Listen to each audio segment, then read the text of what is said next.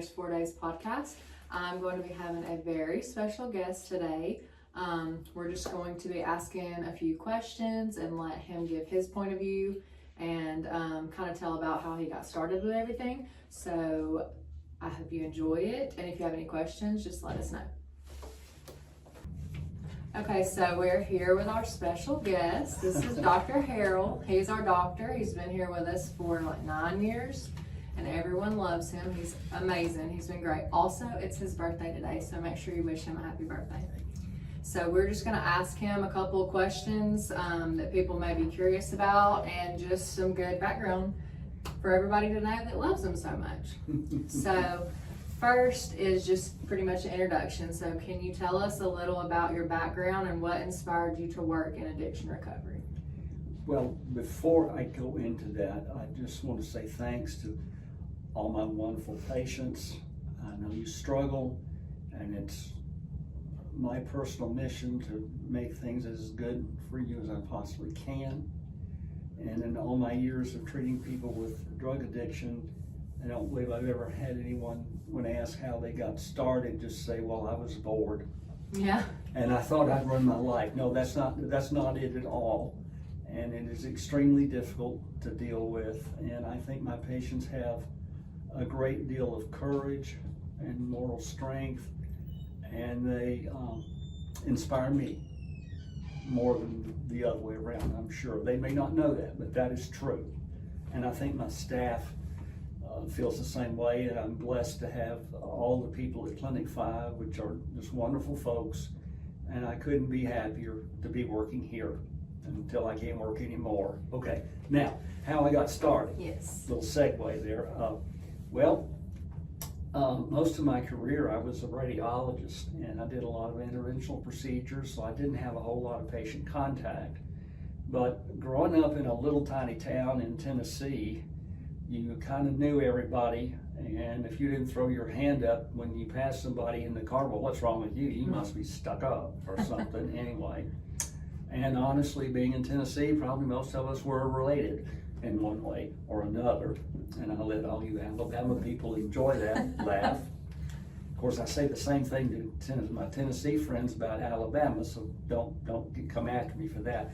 But I didn't have a lot of patient contact. I enjoyed it very much. It was very technical, very wide field. And one of my good friends who worked at the Fritz Clinic and was part of their family, we were sort of car buffs, and he kept saying, you should do this, you should do this. I said, man, come on, I'm a radiologist, I'm at the other end of the spectrum. Why are you saying this? He said, well, I think you'd be good with people, and I think people would like to have conversations with you. So he wore me out, and I said, okay, I will take this quiz, I'll try this if you'll stop asking me. So I owe it all to my good friend Randy Rostor, and he's a wonderful guy, and we're still great friends. So that's how I got into this. Okay. And what do you find most rewarding about helping people in recovery? Just seeing people get better and seeing their lives come back where they want them to be, and to see them reach places that they never thought they could be again, or if ever, is just, as a physician, it's just the greatest thing you could do. And you play a huge part in it. Well, so do you. Well, and yeah, so we all do. else We're all a out there. team, but you take the time with them. You're not just, you don't rush them in and rush them out. No. You spend the time with them, and they need that. Well, I think they do need that, and I soon realized that once I started working at the first clinic I worked at, which was great. I had 2 doctors who were very knowledgeable, and I learned from them, and I realized that a lot of folks had not had good experiences with the medical field. A lot of our patients had sort of been looked down on, stigmatized, which I cannot tolerate that in any way, and never knowingly done that. And I also feel like you don't really see them as like a patient. You see them as a person. Yeah, a person, a human being, yeah, with feelings, and some, not all, but some have not been dealt a very good hand by life, and some have not made some good decisions at Yeah. times. And we've all made mistakes. Right. And the older you get, the more you realize Yeah. that you made some mistakes. And so you're a lot more humble about things than, say, I was when I was 25 and graduated from medical school, whatever. So yeah, Well, life softens you. Yeah, and one thing too that we always try to stress is like being a person in recovery, you know, once being someone in active addiction, that does not define them as a person. Exactly. Like a lot of people are like, oh, they're an addict, or oh, Yes. they used to be an addict, and that's the way that someone sees them forever, and that does not define them as a person. Not in the least, and you know, about 20 to 30% of the world's population is very inclined to addiction. I think it's probably a multi-genetic thing, but I've had many people, and you probably heard them as well, say the minute I took that first dose, I knew it had me. And you don't realize that you're addicted until you go into withdrawal. Yeah. And many of our patients thought, and some people watching this will probably realize the same thing and say that happened to me too, is when that withdrawal starts, they think, well, this is the flu, my gosh, I'm so sick. But then they realize, oh my goodness, I'm in withdrawal and I'm addicted to this stuff. And so many, as folks know, you know, you become tolerant to the opioid effect, and pretty soon 80% of patients say they just keep taking to avoid the withdrawal. And they're not getting like euphoria anymore. They're not getting that's gone. Any of that. There's a book called Chasing the Dragon's Tail about that. The first high will always be the best. And one of my very good friends of 40 years was given pain medicine for his knee surgery, and he quit after about 3 weeks. Had the week before, week of, and week after. 3 or 4 days later, guess what? Those Oxycontins did him in, and he's calling me, what in the heck is going on? All my labs are normal. He was a physician.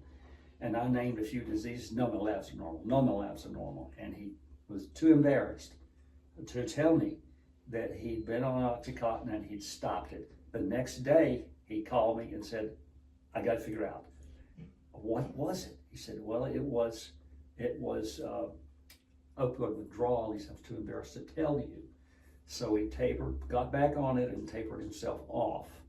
And he said, Tom, I need to go apologize to every patient I ever treated for withdrawal in all my years in medicine, because I had no idea it was anything like that. And I've learned vicariously through my patients, I don't have to be in withdrawal, but there's not a 20,000 person conspiracy, because withdrawal affects pretty much everybody the same way. It's the worst thing you can ever experience, and I believe that.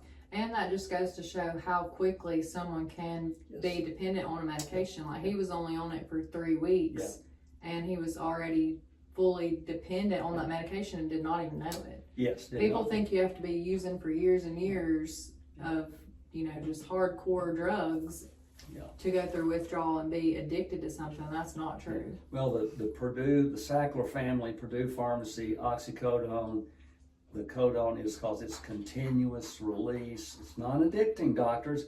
No. That was never true. Most of y'all have probably seen some of the videos about how that happened. And even, I think I was just finishing my fellowship, going into practice, and this came out. I thought, this can't be true. It's still an opiate. And unfortunately, for thousands of people, hundreds, maybe millions of people, no telling how many people lost their life. Yeah, I watched the documentary on that. Yeah, there's about 3 or 4 of them. They're all really good. And it's just, what a mess, can of worms, Pandora's box they opened in our country. And we're still behind the curve, but we try to help one person at a time, and that's about the best you can do. Yeah, well, at least there's people out there like us that are trying to help do that job. That's my mission. Okay, so what advice do you give to families who have a loved one struggling with addiction? Get them into medically assisted treatment long term. I've seen a number of patients rehab is good, but if they go through rehab even for 6 or 12 months and they come back in the same situation and their friends are calling them, say, I've got some good stuff, why don't you come? Oh, you think you're too good for us? Well, I tell a lot of my patients, get a new phone number. Yeah. And if you're in the family, they're not quite themselves. They would do things that they would never think of doing, and they will be quite literally, when they get better, when they get on the medicines that we use, Suboxone type medications. There's several types out there. Subzol is good, and now we've got shots that I'm really fired up about, that maybe able to just get off everything after a while. But they will run through a family's assets in no time at all, because they are just single-mindedly just driven to use, and it takes over their whole life. They're not the same person you knew. And once they get on a medication where they can think and stops their cravings, then I think one of the hardest things for the patients to do, and I'll ask them sometimes, will you help me out here? What do you need? I need you to try to begin to forgive yourself, because there's a lot of shame. Yeah. I can't believe I did that. I stole this, I took that, I pawned this, I pawned that. And it's just part of it. So there's a lot of social feelings there too, and I try to assuage that as best I can, but that's something that takes time.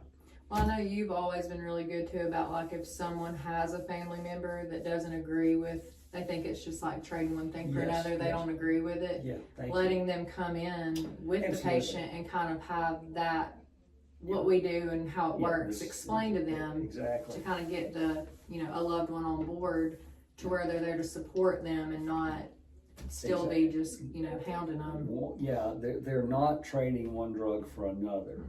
They're giving up the devil's playground for a life that they want to have, and it just, my heart just has wings when people come in and say, I never thought I'd be here. Guess I got that promotion. How'd you know I did that promotion? And I'll tell them, I said, you do this, you're going to show up at work on time, you're going to do a good job. Managers, employers will notice that, and guess what? You're going to get a promotion. And I'll tell them that often at the first session, and then 6 months or a year later, I got this big raise, I'm now the nighttime manager, or this. And that is a rare occurrence in the practice of most physicians. And I get to see it, sometimes a couple, 3 times a week. If somebody comes, I bought my first house. Wow.